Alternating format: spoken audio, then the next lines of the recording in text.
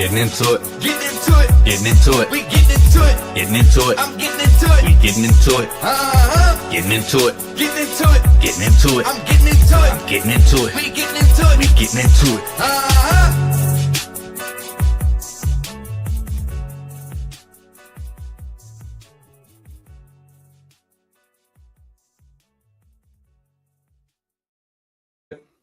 It's another Thursday.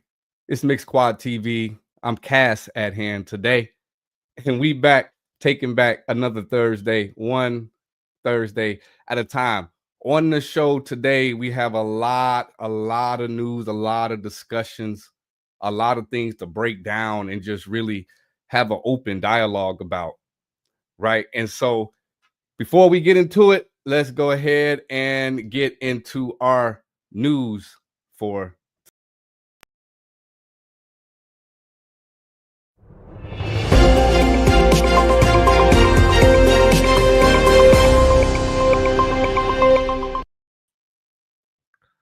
All right, so on the news for today, we're going to start with this week in music history. In 1914, Lester Flatt, bluegrass musician and member of the Foggy Mountain Boys, was born in Overton County, Tennessee.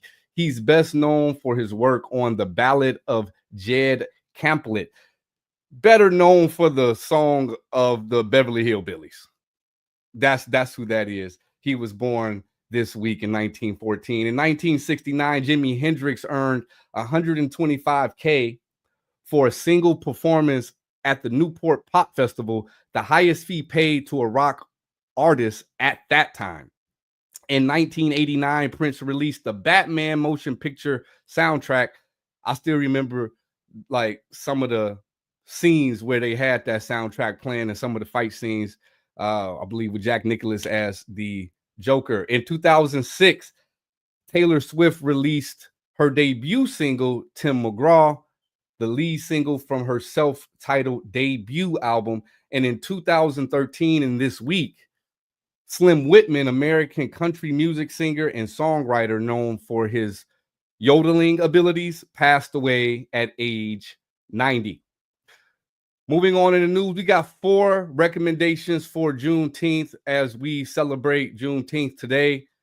We have the Black National Anthem, Lift Every Voice and Sing. We have Nina Simone, To Be Young, Gifted in Black. Aretha Franklin's Respect and Sam Cooke's A Change Is Gonna Come.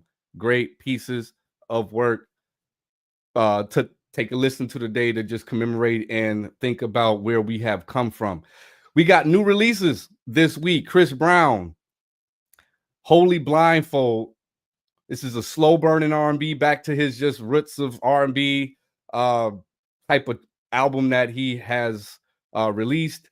You have Kalini's Folded, which is a moody R&B track. You got Playboy Cardi Music, 30 tracks. This album has 30 tracks. It's called Music, and it's been getting mid reviews, even though it's charting well, like they're streaming pretty well. And then the Lil Wayne's, the Carter 6 Deluxe version has came out with more tracks if you want to take a listen to that. Notable news as well. But before we go into some of this notable news, there is a death that we would just like to just stop and, there's a few deaths. Actually, I think we're going to talk about one a little later. This one is Dave Scott. He's a choreographer who passed on the 16th. He was in You Got Served. He choreographed You Got Served, films like that, films like Step Up 2, So You Think You Can Dance. He choreographed things like Dancing with the Stars, Stump the Yard, just House Party 4, Coach Carter. He's really a pillar in the dancing community, and he passed away. Dave Scott's death has sent shockwaves through the dance community, with many colleagues and fans paying tribute to his talent, kindness, and his dedication. And we also cover some things that's going on abroad. We have in the UK, Central C's debut album, Can't Rush Greatness, has been released. And Pope, if you're familiar with Pope, you're familiar with rock in the UK, a British rock band. They've been around for a while. this album More that they released has put them first in the UK in 27 years. So they've almost had a 30-year gap between being at the top of the charts. As we move into the industry news, right before I pull the panel on here to discuss some of these topics that we have before you today, the EU antitrust regulators, they're to rule on the Universal Music Group's $775 million acquisition of Downtown Music by July 22nd. It's been a lot of concerns about the market power and the impact of the impact on the independent labels. If they have so much market share, it's almost as if it's a monopoly. And so the EU antitrust regulators are actually looking into this to rule on that by July 22nd. We will keep you up to date on that.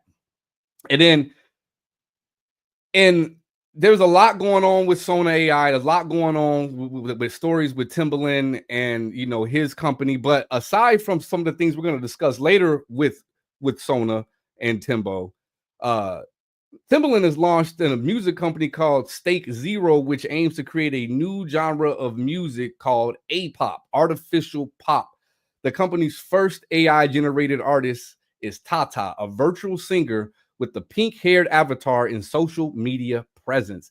Timbaland claims Tata is a living, learning, autonomous music artist built with AI and see her as the first icon of the pop genre. Wow. So we're going to take a second and digest that as we come back from this small break with the panel to just kind of talk about some of the things that is going on here in that world regarding AI after this. I'm Q the Music from the Mix Squad, and I'm calling out all artists, producers, engineers, and music professionals. Do you want to showcase your music, tell your story, and connect with a growing community of creatives? Then come join us on Sunday Spotlight, our exclusive interview series on Mixsquadtv. If you're ready for your spotlight, hit us up on IG at Mixsquadtv, and let's make something happen.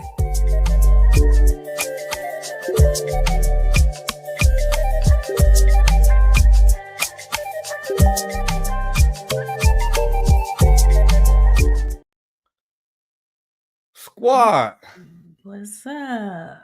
what's going on? We got me, myself, as I've told you guys before. We got Q the Music to my right, and to the right of her, we have the audio manipulator. And you're going to talk about, we haven't gotten to some topics that we're going to talk about later, but we got to dive in on this AI stuff with, first, I just want to get y'all thoughts on a world in where we have competitive AI musicians. Like, were they competing for their genre of being the best artificial? Yes. I think we need to build one. I mean, why not? Be like the next, like the next NXTs or something, man. Shoot. Yeah. Put some stock behind, Squad Girl and fish her on. She might glow up. I mean, I'm a wizard with the AI, so right. Never know. What y'all think, man? What y'all thinking? Just as far as just the landscape, because that impacts us as artists, engineers, and absolutely. It's kind of hard to say because in a way you want things to progress forward, but then at the same time it's like, what does that mean for our job if everything is now controlled by algorithm?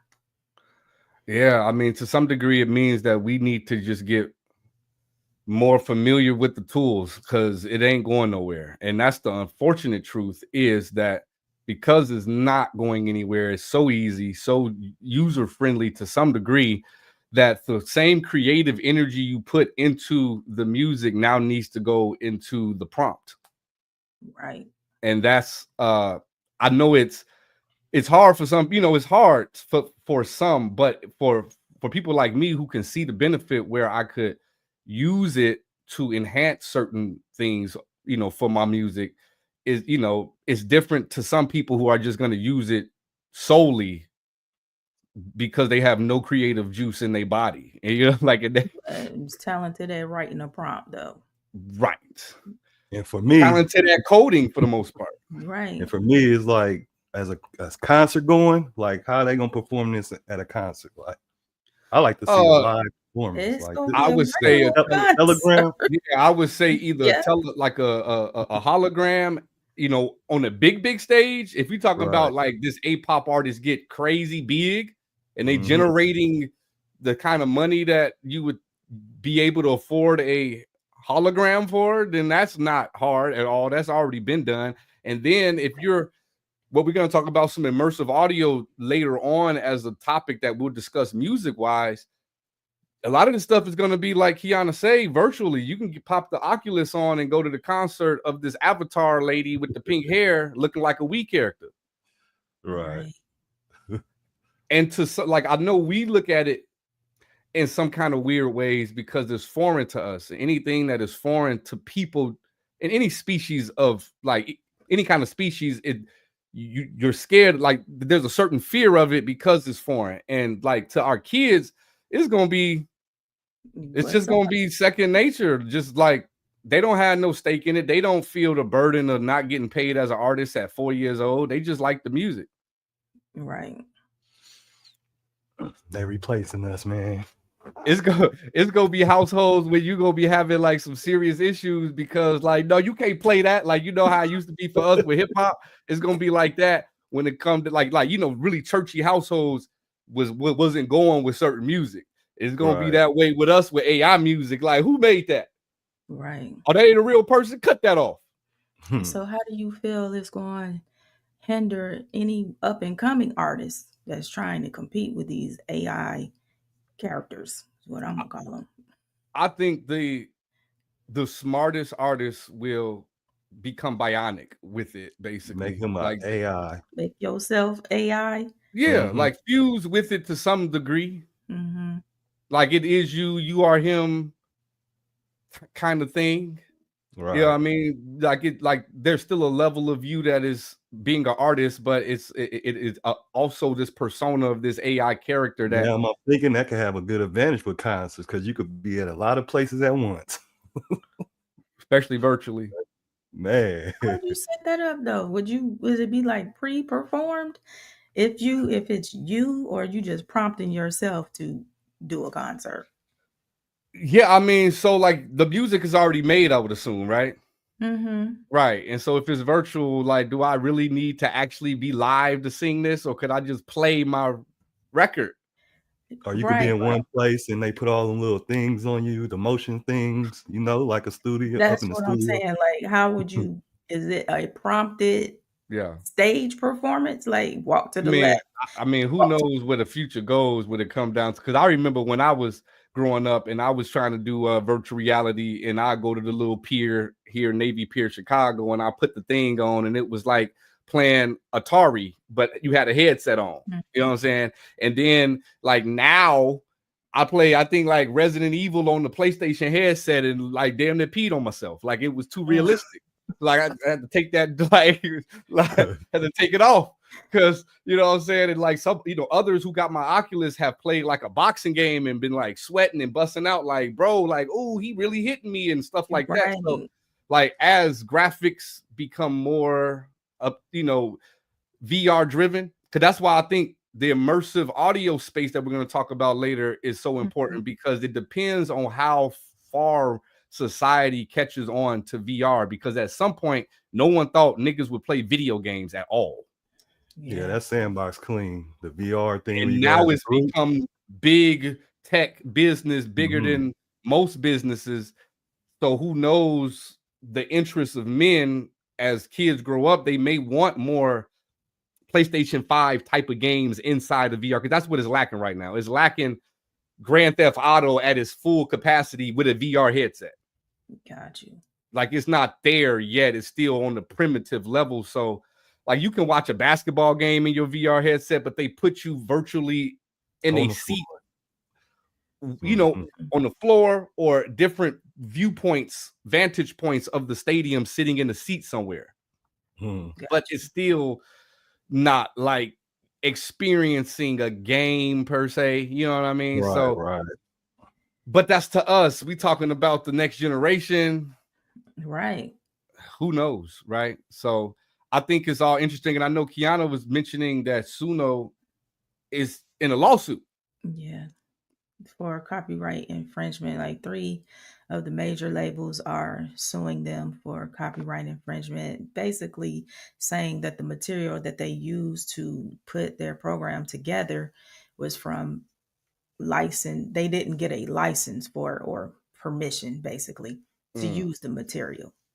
So currently they've been going through this for about a year now. So I think it's at a stage where they're trying to settle Right. and get whatever these record labels want in terms of their licensing agreement. And they've made some provisions. I know, like on Suno, you can't use certain celebrity names to prompt it for certain things, but there's like workarounds. Like if you know how to use a few different AI services, you could ask GPT to prompt you something that insinuates something that Kendrick would make without saying Kendrick, you know what I mean? And then put that prompt in Suno. So you're still able to do these workarounds. So I know that they've made provisions, which also means that they are working in this litigation with, with them somehow, because there are some provisions that have been made. But like I just saw a clip where like Timbaland was literally just ripping some, YouTube producers beat off of the internet and loading it through Suna. So it like he had his tag on it. You know what I'm saying? Like he had his whole tag on that boy. So it's just like that is flagrant. It's just certain stuff that's just flagrant. Right. But it's like every industry, everything. It's like when PPP came out or when EDD came out, when, you know what I'm saying? It didn't matter what it is. We gonna always find a way to juke the system some kind of way and use it in a way it wasn't necessarily intended for. That is the nature of man. I mean, look what we did with the nuclear bomb. Like Einstein came up with the whole process and then like tried to rip it up because he was like, no, I ain't trying to have y'all use it for a bomb. You know what I mean? Like he didn't even have the thought of like the science I'm coming up with and messing with could be nuclear and could be used for warfare. So sometimes when we make things with the intentions of, oh, this would be convenient, someone's going to take convenient to a whole new level. Right. So that's just the nature. We'll see. We'll see what happens. We'll continue to update y'all out there on what's going on in this space of AI and the music and what will be tolerated, what will be allowed, what licenses will be had, how we'll be able to be moving forward as artists. It's just a really hard world for for artists. I was just talking about this backstage with the squad, how like there are leagues that have associations, players association, this and some type of union, union or unionization. And it's probably impossible for music because of the space of how, where it's at right now. It's like saying let's unionize boxing. You know what I mean? It's just like it's so far gone that there are people who are capitalizing at the highest level that ain't trying to see that happen. Right. That it's just sad to see, but that would probably be the best solution somehow to reset this damn system and come up with some type of unionization where you have to register as a bona fide artist. You have to pay your dues and fees and certain things that just protect you and give you insurance. It's just I don't know how to form unions, so I don't really know how that looks for real. Right. So that's going to be the hardest part if that ever comes to fruition, is actually like how does that paperwork look? How do you not be able to juke that system? That's ultimately what it's going to boil down to, because there's always going to be small print, and there's always going to be someone with a lawyer who hires a lawyer to find out all the fucking shit that they can wiggle through. Right. Which is sad that it's people that's always trying to get around the system. Yeah, which makes it ultimately harder for everyone else, because the system then tightens up and makes, you have extra loops for you now that you have to deal with because of similar like our banking system, right? Because of scam culture and the chase glitch and bad checks and all of this other stuff. Like, it's gotten to the point now, like, you know, my wife would cash a real estate check and they'd be like, yeah, 2 weeks. You'd be like, could I get a little bit of money? No, I done deposited the same amount of money, like from this, like a closing before 3 separate times. It doesn't matter. Can you call the other bank? Because the other bank down the street, you could just verify the funds there. No, because of scam culture. It is like, no, we not getting burnt no more. We are going to wait until the clearinghouse period is over. And then we can give you your money. So, you know, when people juke the system, just like they doing with products, lock them up, deodorant, all that. Man, that's crazy, right? Now, I ain't gonna lie. Home Depot need to find the system because, boy, they making it too easy. They making it too easy, boy. Because the luck got to be like $15, Jack. You know what I'm saying? Like, shit. But that's what we're gonna continue to follow up, like I said, guys, with that. And so we're gonna actually move forward into another segment of the news in which I'm gonna just kind of give you guys a rundown on some things that's happening right now. So right now we have like Tory Lane's situation where we're still waiting on his pardon. Will he get it? Will he not get it? Who knows? The Diddy trial has been crazy. Like, it's been crazy right now. Like, they've not been in court today. You've had you know, a juror basically get vertigo. They couldn't go into court today. You have Brandon Paul, who's supposed to be, it's a particular type of witness that you can have as a Fed, which is a summary witness who is going to come summarize all of the criminal activities, records, hotels, all that type of stuff, and just generalize it all. And it's something that's only in federal court to pretty much hurry up the process, because otherwise you would have to bring 10, 15 other witnesses to share all of the same information that this one person who's says he's close enough to be able to verify. Now, you know, he got jammed up, and more than likely they was hitting him with some serious time, and he's snitching on Diddy. That's pretty much what's gonna happen. But all while you have the juror who got booted off because there's a strict law in federal court for this court that they have to live in a certain jurisdiction, and he doesn't live in that jurisdiction. He lives in 2 separate jurisdictions, which is sort of misleading. And the judge was saying, like, you kind of flaky, you kind of acting weird. You seem like you really want to stay on this case. And there's only 2 black jurors out of 12. And this is one of them. And now he's gone. He's out of there. Then there is a situation where another juror, who's a 60-year-old white guy, comes to the judge and is open about a circumstance that's undisclosed that had the judge consider not having him as a juror. But it's kind of a weird situation for the defendants because they were just fighting tooth and nail for this other black juror to stay. This 60-year-old white guy is now looking at potentially leaving.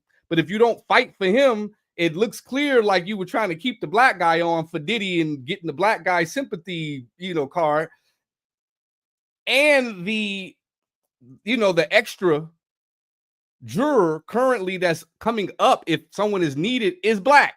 So it puts the defendants in a real tough situation because they don't want to show that they really want this dude off, but they really want this dude off because they want another black dude to come back to kind of even out the odds of it potentially swaying toward like not having enough to convict Diddy. That's what's going on with Diddy. All of that, we're going to keep you updated. Then we have R. Kelly. Is it a conspiracy? I saw a video that was talking about Kels and the feds trying to kill him before they actually tried to kill him. And the reason why I said because he was provided information that some people within, like some security guards or police officers within the feds like they gave information to the press and did some things that were illegal to basically get him hung up, changing people's stories and some all type of shit that they was doing. He got a hold of this information while he was locked up, And since then, he had been saying they trying to take me out. And then, Lord behold, they give him some random drug that they shouldn't have gave him that actually fuck him up. And then they get to the hospital. He gets to the hospital and they say, oh man, it ain't even just the drugs. He got blood clots. He's fucked up. And then could you imagine the jail come in? It was just like, we don't give no damn. Lock his ass back up. And they take him out of jail, out of the hospital, even though the doctor was adamant about him needing care. So it's hard. It's hard. We're going to talk about it, y'all. It's hard not to think that there's something fishy with this going on with Kales. And last but not least, what we're going to talk about next here on the panel is the Tyler Perry lawsuit. So without further ado, let me bring the squad back on the stage and let's get into some of these topics. Let's first start. Let me ask, who do you think Trump gonna pardon Tory? No. Because I feel like if he was gonna do it, he would have did it already. That's a good point. That's a good point. He feel like he already earned the black vote, huh? With the ones he done released. Exactly. Man. And he done, he done succeeded to some degree because that boy got a fan club, but you know what I'm saying? Like it's something serious. So you know, he don't want a lot of young black people just because of Young Boy. But yeah, I don't know. I tend to agree with you. What about you, Audio Manipulator? I agree. But they need to let him out. Free Tory Lanez. I do think he might be holding that in his back pocket, though. If something was to happen, to be like, yeah, I'm gonna release Tory now. Right. You see what I'm saying? So I don't think he'll do it right now. It might be a strategic move. It ain't worth it right now. What's the like the whole reason why he did the other stuff? Because the optics was looking all that good. He was getting into it with Elon. Let me do something that's gonna make people get behind me again. Right. So he gonna hold on to it. That's a good point. The Diddy trial stuff, y'all. Like, god damn, it's always some shit, ain't it? Yeah. Always. I don't know. It's always some shit. And then with this Brandon Paul, with like that being a special stipulation in the federal case where you can have, because you can't have it just in regular court. When I come up there and I say, I know about all this shit. I know about him doing this, him doing that, her doing this. And like usually in a regular case, the state, those individuals will have the right to be able to defend themselves and like, no, that ain't had shit. I ain't do none of that. In the federal case, you can have this witness who basically he say, hearsay on a lot of different people, and it is taken as his testimony. And not only that, they got a tape with Cassidy cussing out somebody about the sax tape, telling them, I'll kill you if you release it. Oh shit, it's just getting crazy. Yeah. Then you got pretty much being confirmed that the witness from a few days ago that was like deeply in love with Diddy and planning all the sex tapes was 50 Cent baby mama, who is in an active case right now for custody over their kids. That ain't gonna help her none. You know what I'm saying? Like for custody, that whatever is in them transcripts, it cannot help you any. With the setting up drug rings and freak offs and all that other shit, you ain't about to get your cherry. I came to a conclusion that P. Diddy likes live porn. Instead of watching it on the internet, he likes it live. Yeah, I can see where you're going with that, but to some degree, you if that's the case for real, and it wasn't no other power dynamic and no just like real, I want to just simply say like dominatrix type of energy, it would just simply be like, let me hire these escorts, females and males, and let me watch them freak off and orchestrate the setting and everything. Extra, the not just the orchestrating, but the conditions that you would put these women in were beyond the reason of sanity. It was made to put them in control, to like break them on some Willie Lynch type shit. Like this is all goes to a psychological breaking down of your pineal gland to get you back into a state of a fetal position of an infant. Like it's things that we can do to the psyche. And I'm not saying he studied this type of stuff, but it all comes down to just being a dominant over somebody.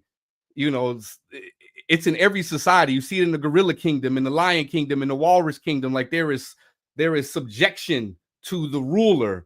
And those of us as men, for some reason, when we get rich and powerful and famous, we are different, like above and beyond the level of decency when it comes to our power, at least with these particular high, profile people. Crazy. Yeah, I can't really I understand. Go ahead. Do you think that's like a product of how they was raised or grew up? Rather, I ain't gonna say how they was raised, because some people are raised well and still act a fool. Just a product of their environment. I think it's nature, nurture, and all of the above. So I think it is a product of the environment and a product of his own inhibitions and a product of his own trauma. Like it's all a cultivation of shit that came together, a perfect storm, if you would say, of having because some deviants don't have the power. Like there are deviants out here that if they could would be raping all y'all, motherfuckers. You know what I'm saying? Like you just a deviant. But you in your mama basement jacking off all day, but you would be on some other stuff if you had the power. So like, I think there's that spirit of just being a deviant is not necessarily falls upon you just having power, you know what I'm saying, or money.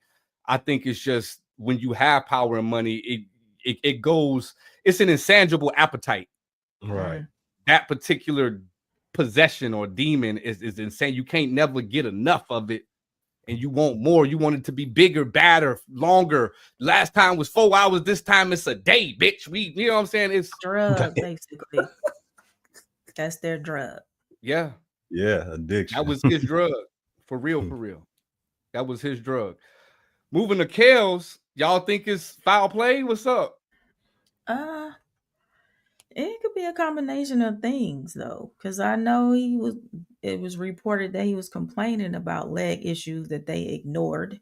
And then he ended up getting the medication that caused a temporary overdose that he had to go get. I ain't gonna say temporary, but an overdose that got him to where he is now in the hospital. Yeah. Where they found that he actually had a leg issue that they ignored, which turned out to be blood clots, which is very dangerous. So I could see why he feels like they trying to kill him. And then they say, now is he currently still in the hospital? Because the last reports I got is that they sent him back. Sent him back to jail. Yeah. That's crazy though, because if he got blood clots, and that's what I'm saying. Like it's hard for me not to. And let me put this out there because, like, to some degree, fuck R. Kelly. You know what I'm saying? Like to some degree, it's like it get to a point when have exhibited certain behaviors that I just can't get behind at all. Right. Like some Diddy, R. Kelly. If certain things are too with Tyler, you know what I'm saying? Certain people, I just can't get behind you, bro. And the behaviors that you treated women and stuff like that, so I can give a damn like how you go out. But if there is some small chance that he was actually set up and there was some changes of story and these women weren't in these certain conditions that they actually were in just as a conspiracy against him, and he has evidence of that, I would like to see what this evidence is. I would like to see what he crying wolf about. But then all of a sudden you to have him mistreated for these ailments, and then when he gets there, the doctor is clearly like, we need to operate, and they're just like, no, let him die, bring him back to jail. Like they said he trying to do that so he could go home and get house arrest. So they like, hell no, we ain't giving that shit to you. Yeah, because I feel like you getting out of jail has nothing to do with the crime you committed. Right. To a certain extent, you know what I'm saying? I just feel like he's trying to get out by any means necessary. Yeah. I mean, I can see it both ways. We gonna have to simply just find out, man, because it's just a lot going on in the news. And fill us in, Q, on Mr. Perry. What's going on? I know this ain't music news, but it's big news. So what's going on with Mr. Tyler Perry? I think it's for $260 million by a guy that is claiming sexual harassment and assault. And it supposedly is some text messages that were exchanged between the two. You know, Tyler insinuating he was trying to date this guy. I feel like it was probably something going on between the two, and the guy might not have gotten what he really wanted. And now it's a lawsuit. Because it's like it's getting easier and easier to just take people to court. Yeah. Get whatever you can out of them. I mean, my thing is, if you owe some like real just DL type of behavior and you high profile and you really don't want nobody to know, like it's time to learn that people gonna expose you. Dwight Howard, Tyler Perry, like, I mean, maybe he wanted Medea and you know what I'm saying, and you just wasn't trying to dress up. Yeah, I don't know, but like it 200 and what? 60 million. Tyler Perry went on live and said he is not that way, that G word. You know what I'm saying? He said, I am not the G word that everybody trying to expose me as. People have been saying Tyler was gay for a very, very, very long time. You can miss me with that. Just the same with the Dwight Howard. Like, if that's what you choose to do, that's your business. I just feel like at some point it's getting to the everybody trying to get in your pocket type situation. Yes, I agree with that. But what I disagree with is why is it so many of those who do engage in same-sex relations that do? Why is it at this time in 2025 are we still over here denying that you like some dick? You know what I'm saying? Just simply, if that's what you want, that's what you want. Why we like, you know what I'm saying? Let's fight the case. You over here denying that you're not right. It's okay. That's your business. What you How do about in your you defend the $260 million? Like that would be, I ain't gonna lie, you suing me for 260 and it is gay allegations that's associated with those. I'm going straight to the 260. Like, I'm defending that. Like, I don't care who think I'm what with my 5 kids and a wife. I don't care what you think on the internet, what I'm doing with my private time. I'm fighting the 260 because that's going to hurt my pockets. Right. And I believe he is fighting the 260. It's just with the messages and stuff that they public outcry of defending myself. Right. I think it's because of the text messages that have been released. Right. So is he trying to defend himself to say that he thought this was a woman? No. So what are you defending? You know what I'm saying? Like it wasn't sexual harassment and assault. Right. No, I'm talking about what Slang was talking about. Like the whole homosexuality part.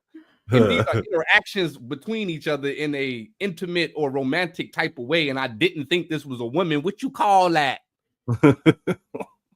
What do you call that? You know what I'm saying? So we will see. Again, we're going to have plenty of news to keep you guys abreast on, because it is plenty of news in music and not in music that is going on today. That's the trending topics, though. Yeah. Yeah. And I got a little surprises for the squad. I got a few more things to show them just because this is some things that I've discovered today. And we're going to have some clips that we're going to take a look into. And so let's dive right into it. Mix Squad clips of the week.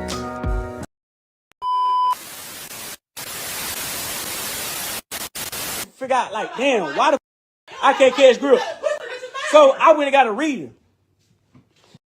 Boom. Told me a mother and my wife, somebody in my wife's family got roots on me. They're praying on my brain.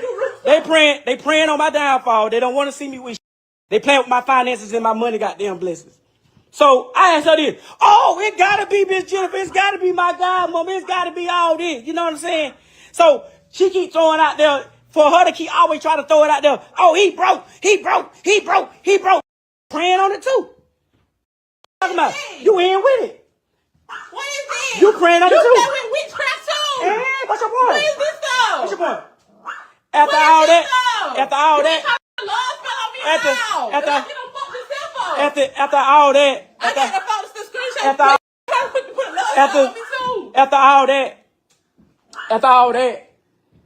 Yeah.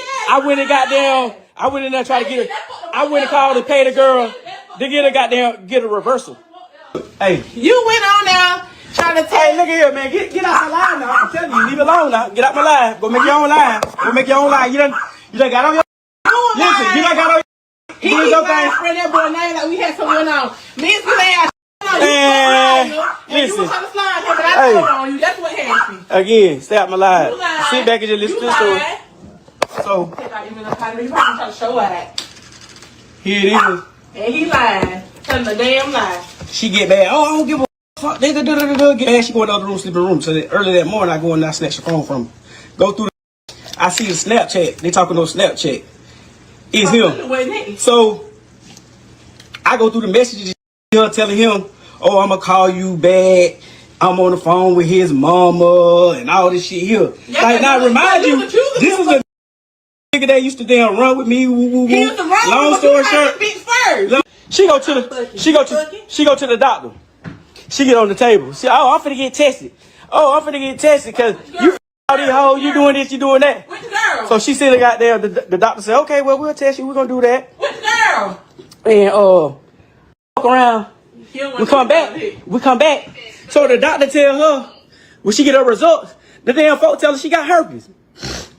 So I'm in there watching the game or something, whatever I'm doing in the room. She come in there, babe, my ass raw. What's wrong with my ass? Can you look and see? So I look down there at her anal hole now.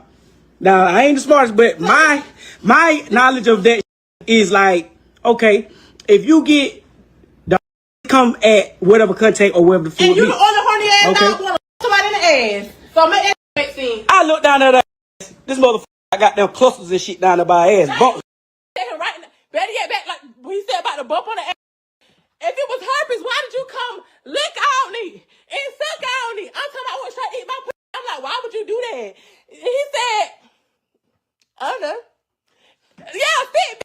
You ain't gonna sit here and tell me that, y'all, this man is crazy. Then, now, let me finish. I'm on live. You had them 2 hours. You finna go on your live. Now you want the phone back. No, I gave you a shot. I ain't get to tell you. I ain't get to tell about Udi. Then. I swear you'll die. Then I gotta die about that. You shit. Damn, bitch. Give me my I phone. gotta die if I tell what happened. Give me my phone. That's crazy, y'all. I ain't really gonna die about it, so y'all won't know that tea right now. Give me my phone. Mark done got quiet. Where he at? He right here. He getting mad. He don't like the truth coming out. The Georgia Bureau of Investigation telling us that Zaria Ross was found dead in her home Saturday. Her husband, Shamarcus, shot himself over an hour away. So that's how I ended.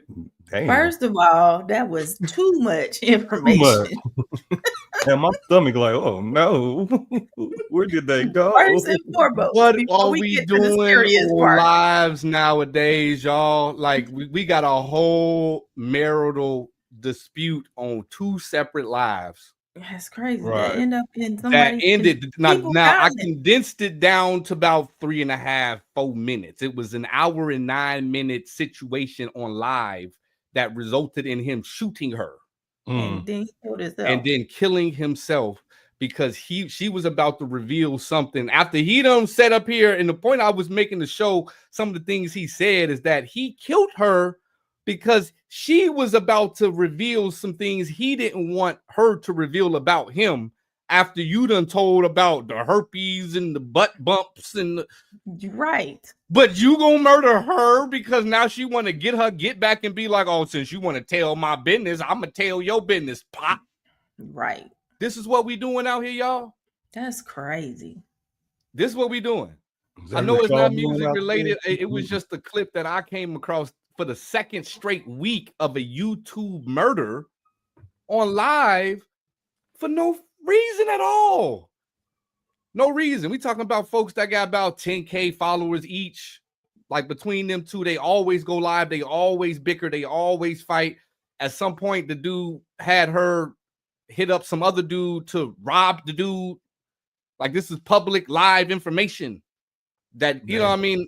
That, you know what I'm saying? Obviously, the cops and the feds, they ain't listen to every single conversation, so they don't know everything that's going on. But eventually, that could have been brought up, or he could have got jammed up for it because it was on live that you had her set some dude up to get robbed by you. Right. But what are we doing?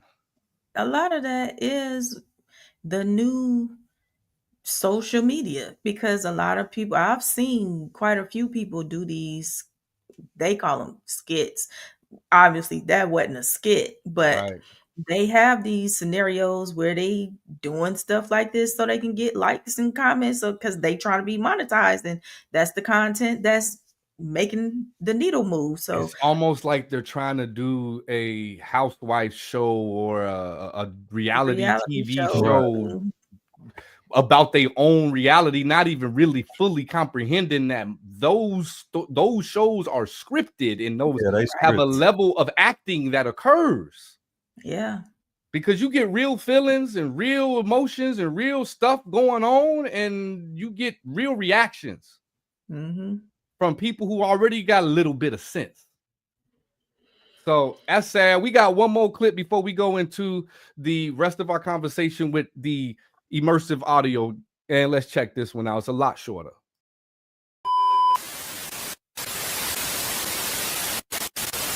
So about how much time total have you spent in jail?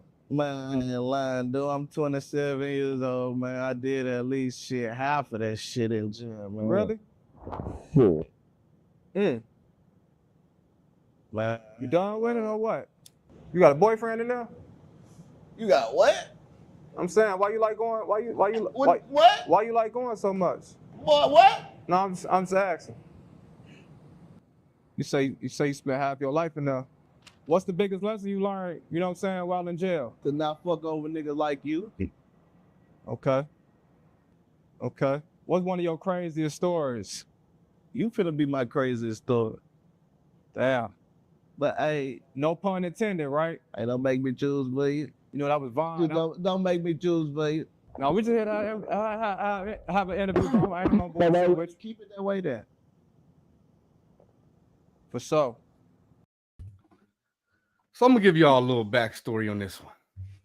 You got DJ U, which is a DJ that's famous out here in Chicago. He was King Von's DJ, Lil Durk's DJ. He has interviews with all like the hood, up and coming rappers and stuff like that. That young man is NBA Youngboy's best friend, Louisiana.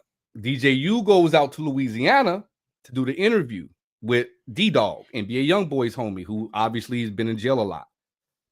I watched the full 40-minute interview.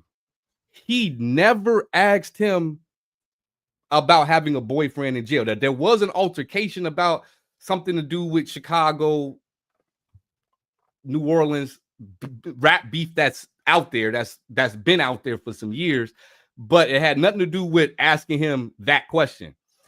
I show this because I want to bring out how dangerous things are, because he edited that in there to make it look like that's what he asked him in that interview. That is not what he asked him in that interview. But there's already tension. Right. So you go, because you watch the full interview, he already kind of scared. He by himself. He coming out to New Orleans in they hood doing an interview.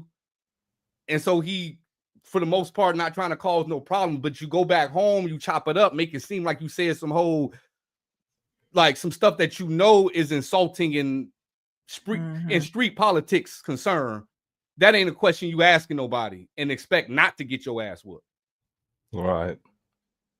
And then you edit that out. And so I don't know if y'all know about Zach TV and this guy who used to do interviews in Chicago before this internet stuff for YouTube got as big as it is now. And he got popped and murdered. Got murdered, yeah.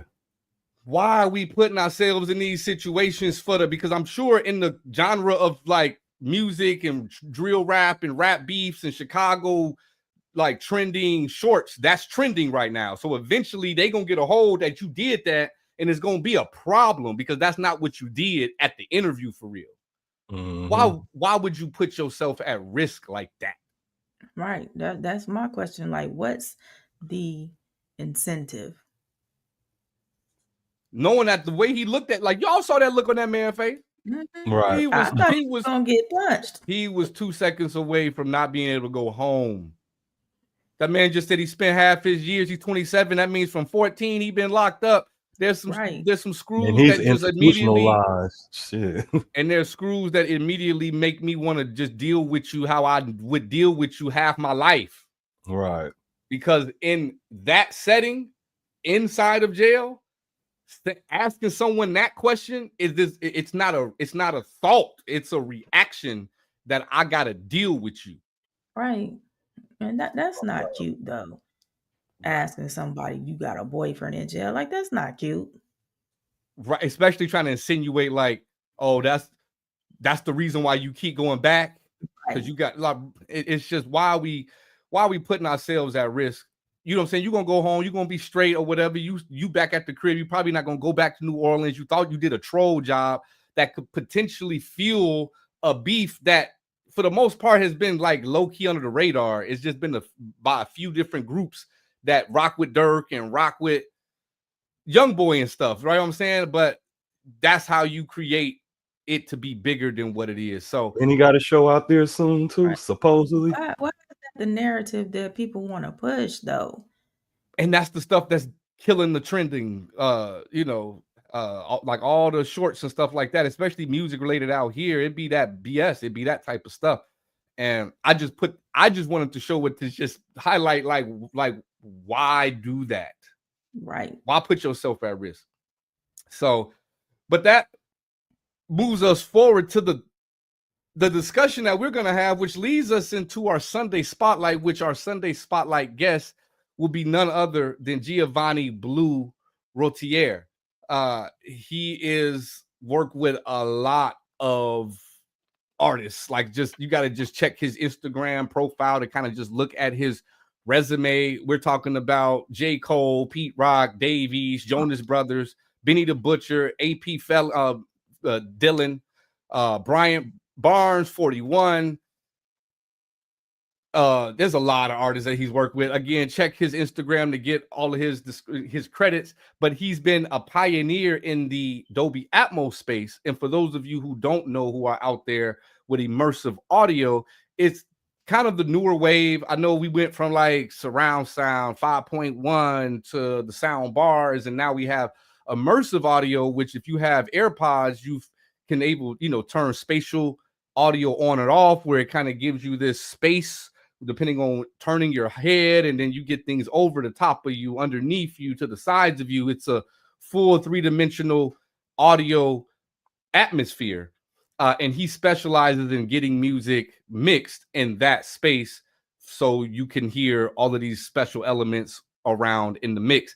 But the topic of today is immersive audio itself, and just kind of where our topics or our thoughts about where it's headed, if it will be something that ends up phasing out, or if it will be the next new way that we experience audio. Audio manipulator, what do you like? What's your outlook on Dolby Atmos or immersive audio in general? I mean, it's been out since 2012, so it's still pumping. And to me, it's like very exciting to hear things like that, because that's how my brain works anyway. Hearing sounds in a different way. So I wish they call it 3D sound now. So, I mean, I think it's going to be, you better get on top of it. That's what I'll say, because that immersive sound, man, it's like a dream come true sometimes, because you could put elements in different spaces and have them move. It's beautiful. What say you, Q? I think that it's a way to kind of make your music feel more cinematic, which I think is a good way to listen to your music when you tired of just listening to it in stereo. So, yeah. Yeah. I have a very, very,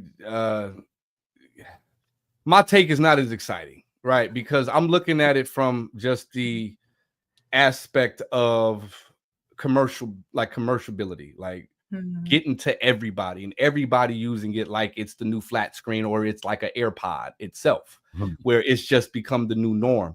The only way that I could really see that immersive audio or Dolby Atmos being something that is really the new wave for real is if VR takes off. And again, it's predicated because those go hand to hand. If I'm in a virtual reality and I'm in a virtual experience, the next part of the brain to connect me into this environment is audio. And if the audio matches this immersive experience visually, and now I'm getting an immersive experience audibly, then I do feel like it's something that'll be here to stay because VR is here to stay. But if VR is kind of like on the fence still for the next 10 years, if it still hasn't become having like right now a PlayStation or Xbox or a Nintendo system, I think 80% of all households have one of the three.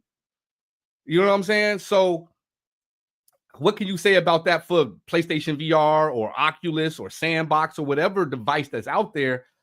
It's really, really relatively low on the consumer purchasing those products. And so until we have adopted VR, I just don't see immersive audio being something where the general population even knows about it. Because right now, I still feel like having this conversation is bringing awareness to people who watch this live about the existence of it. When I first heard it, I thought my AirPods was breaking because I was turning my ear because I was, you know how we listen as engineers. I'm listening to a mix for the mix. And as I'm moving around, my mix is changing and it's throwing me off because I don't like, I'm thinking it's my mix. I'm thinking my mix is phasing in and out from one ear to the other and I'm bugging.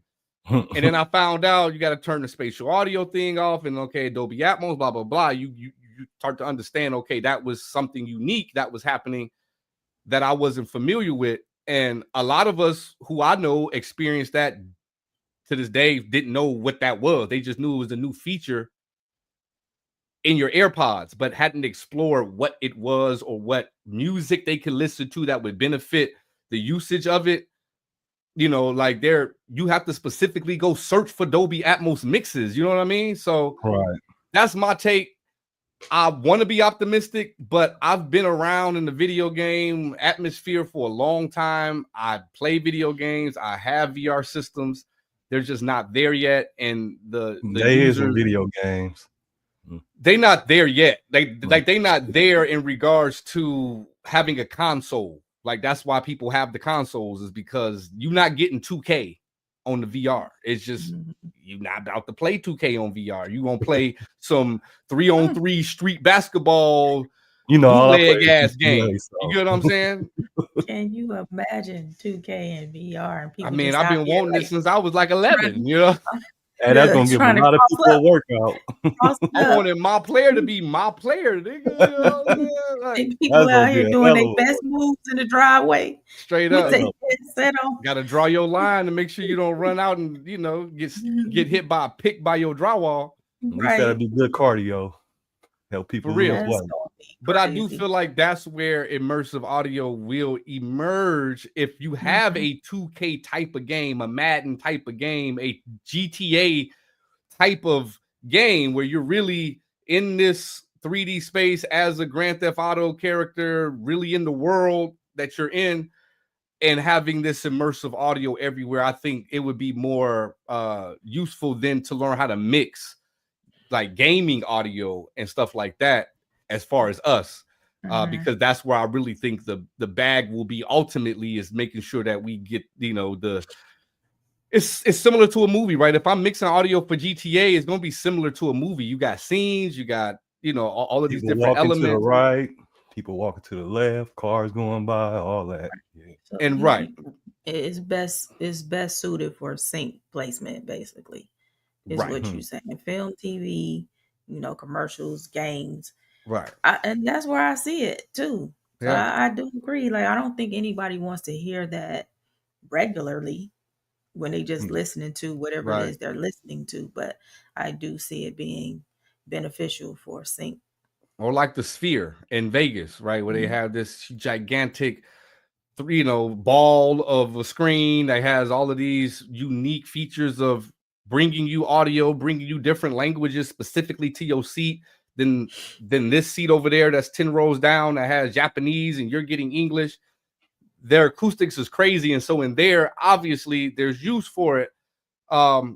Even to some degree, some of the higher end cars like Audis, some of the EVs that they have made in Tesla utilize having that system capable of playing Adobe Mix.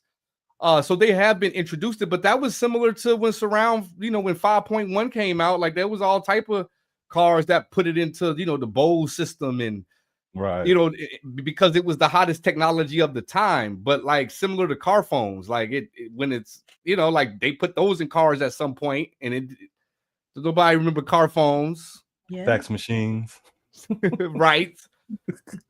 So like there's some technology that just is out. There's some technology that transcends the new technology, where it's like you get the cell phone, and the cell phone from the flip phone turn into what we have now in the iPhone, and like it continues to be a mainstay in our life. When it comes to audio, ever since stereo, for real, when it comes down to the listener of music experience, once we got stereo, it was pretty much that's all we needed. Like the movies was great for surround sound, but like I never really had to listen to Lil Wayne 5.1. It just wasn't necessary. So we'll see how technology takes us, where it goes. Eventually we gonna have people in a pod where they're truly immersed into a virtual world where they're fully submerged visually, audibly, mentally. And then, that immersive audio will be obviously a mainstay once we in Matrix pods living in like playing Roblox with each other all day. Damn.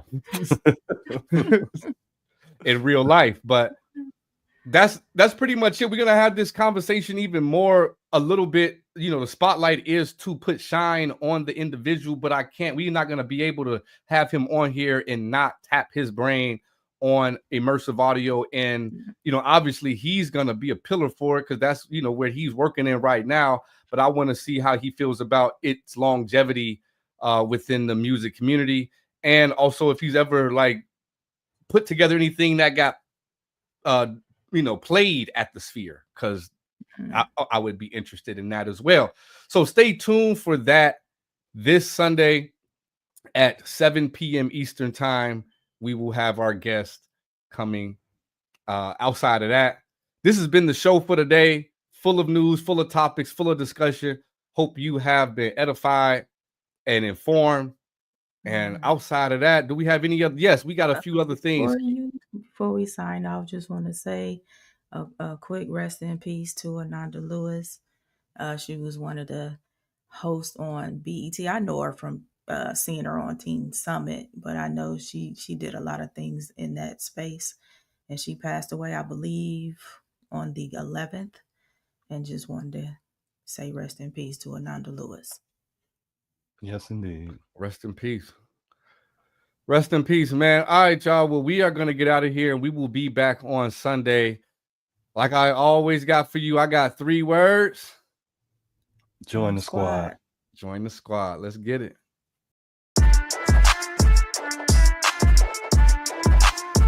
Get it again, Alex. Give me more. Okay, cash at hand. That's the motto, that's the plan. Got a whole lot of loot. Check my status, that's the brand. Boy, stop playing. Money so long, broke them rubber bands in the jam. I'll be damned if I fuck with Uncle Sam. I be spazzing on the beat. I go thermal on them niggas. I'm absorbing all the heat. Oh, salty ass niggas be thinking that it's sweet. Oh, dusty ass niggas in the presence of the lead. Salute. Yeah, we looking for recruits. Join the squad, get you open, corner 3, 2, 1, shoot. Don't be scared, come prepared, and we keep you in the loop. Get you squared, let's prepare.